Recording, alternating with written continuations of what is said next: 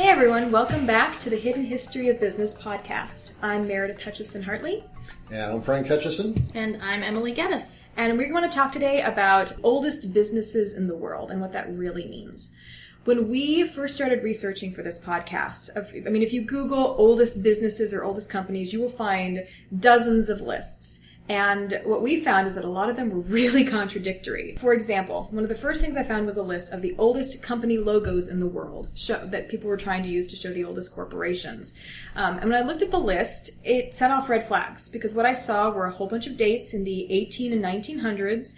I saw names like Twinings Tea, which goes back to 1887, Levi Strauss, Sherwin-Williams, Johnson & Johnson, and the oldest one on the list was Stella Artois, which is a beer brand. And they said that their logo went back to 1366. But when I did a lot of research, I found that the company didn't actually go back that far. They just taken a logo that had previously been used. But what really struck me is that when you look at the list of oldest companies in the world, there are dozens of companies in Asia and other parts of the world that have been around for more than 1,000 years.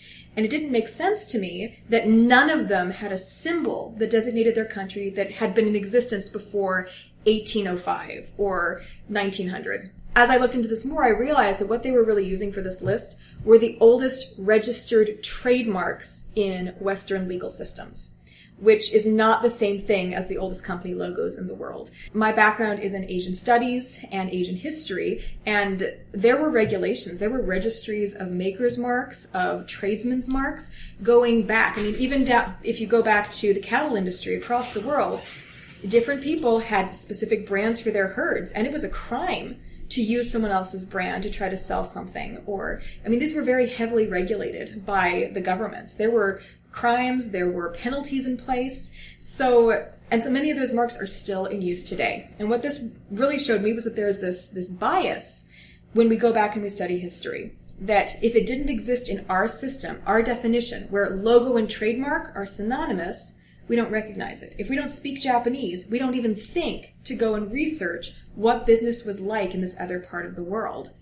Now, the reason why we were looking at this list is because it's sort of a garden industry, if you will, that people look at old companies and figure out what made them tick, what made them the best. Because in the United States, an old company is basically anything over 5 years old. Most companies in the United States are out of business within 2 to 5 years. And something like 50% are gone within 5 years. 80% are gone within 10 years. And on the S&P index, if you get beyond 5 years, generally your company's going to last somewhere between 40 to 50 years. That's what the historical average has been. That's large companies. But just looking at those, the Western definition of a corporation ends up giving us a bias on problems that we've faced and solved our way. I was just thinking, Emily, you went through an MBA program. Mm-hmm. And it's a pretty well-known MBA program. It produces people who manage businesses fabulously. But what was your experience with actually studying history and the case studies that they used in the program? Oh, they were almost entirely European or Western. There were some that we did from Asia, but I don't recall very much of an emphasis on that at all. For the majority, it was recognizable Western or names and companies, and fairly recent, within the last 50 to 100 years. Well, I think that's really interesting because we view, our education system as being, this is where we're going to become experts in a subject. But if we're focusing, the majority of MBAs and managers are walking out of college or grad school having only learned about the most recent tools, the most recent case studies. We're really putting people at a disadvantage for problem solving. Well, and I think a lot of that comes from the misconception that if it is more recent, it is more applicable, it's more pertinent because we know more now than those people did in the past. So, of course, whatever is most recent is going to be most applicable, most accurate, most helpful to our current problems, when that is not necessarily the case. For example, a while ago, I got a hankering to learn about the Incas. And I was fascinated by this culture in South America that had no written language and they didn't even use the wheel for transportation. I think they had it on a few little toys, or maybe that was the Aztecs. But they didn't have the wheel, which we consider to be, this basic technology required for a civilization to flourish. And with no written language, again, with our current civilization, we have no idea how you would function as a civilization without a written language. But the Incas, they built aqueducts that rival anything ancient Rome had. They had 14,000 miles of paved roads and highways. They had a system of transportation based on llama caravans and alpaca caravans. So without the wheel, they were able to transport enormous amounts of goods. They built these bridges that spanned huge expanses. They did cranial surgery, for Pete's sake, and had an 80 to 90% success rate. And these are not things that or survival rate. So, these are not things that you think of when you think of a prehistorical society without a written language. But they had problems like communication. They don't have the wheel. They don't have horses that they can ride. But they set up their own kind of pony express. They had individuals stationed at way houses or way stations every couple of kilometers, every few kilometers. And they would pass the information along that way. And you could get a fresh fish from the coast to the capital in the mountains within a day. They had these problems. They had these issues that we all deal with today. Supply and demand, transportation, communication, with not the same tools, not having the same tools we have, written language and the wheel, for Pete's sake. They solved the problems. And they had freeze-dried food. Yeah, we did. And we find this anytime we start, especially because we all kind of have these areas of expertise. Emily has, we both started in theater. We studied theater from around the world. We've studied cultures around the world. We grew up in Washington, D.C., which was a extremely diverse place to be, going to the Smithsonian and exhibits and learning things. We grew up with our parents who are epic history and science geeks.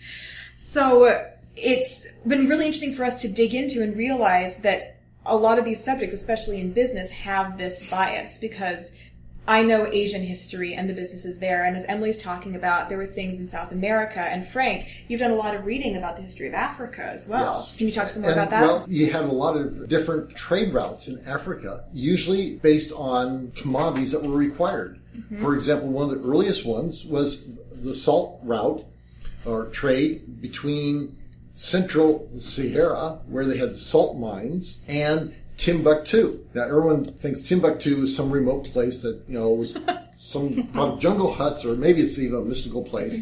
But it was a real place, and it still exists. It had fantastic culture and civilization there, and it became an educational center based on the fact that you had salt coming from the Sahara, and then you had gold and trade, including slaves, coming into this central place, and that's where people traded. Well, and the key as we study all of these is, and we'll discuss these as we go throughout the series, that if you dig into the history of Africa, for instance, you will find the history of trade inducements, of using incentives and tariffs and taxes and regulations to encourage trade. Which sounds awfully familiar, doesn't it? To what we have today. You will hear about supply and demand and branding and crisis management and PR crises and delegation and maintaining training throughout massive organizations. And all of these problems get solved by people in the past. So one of the things we did, so we went back after we were done with this discussion, and we started looking at these lists, these often contradictory lists of the oldest businesses in the world.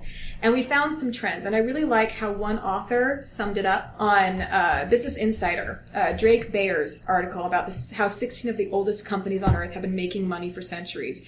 What he said was, when we dove into the data on the world's oldest companies, a few themes became clear. Like that people want to eat food, get drunk, learn things, and maybe kill each other once in a while for a really long time. So we took these lists of oldest businesses, and we took these themes of food, hospitality, health, travel, preservation, and we decided we wanted to approach them from different areas of the world. So what we're going to do is in the next few episodes is we're going to take these themes, food, beer, sleep, learning things, and we're going to address them from different and address them from different parts of the world. From Asia, stories you may never heard about Africa or the Incas, and we're going to compare those with what we know about the Western perception of what the oldest part of that industry was. So we can really address how these problems got solved.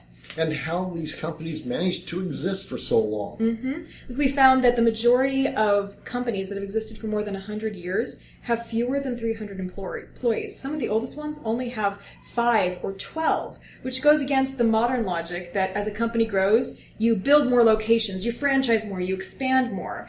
And so that's what we're going to be discussing for the next few episodes. Next one, we're going to be focusing on hospitality and the oldest hotels in the world. So please scoot along to episode 3. Thanks for listening.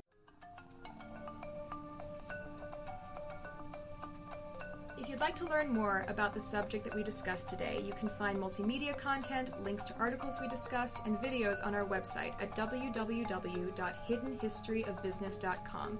You can also find us on Facebook as The Hidden History of Business and on Twitter as well. Thanks for listening.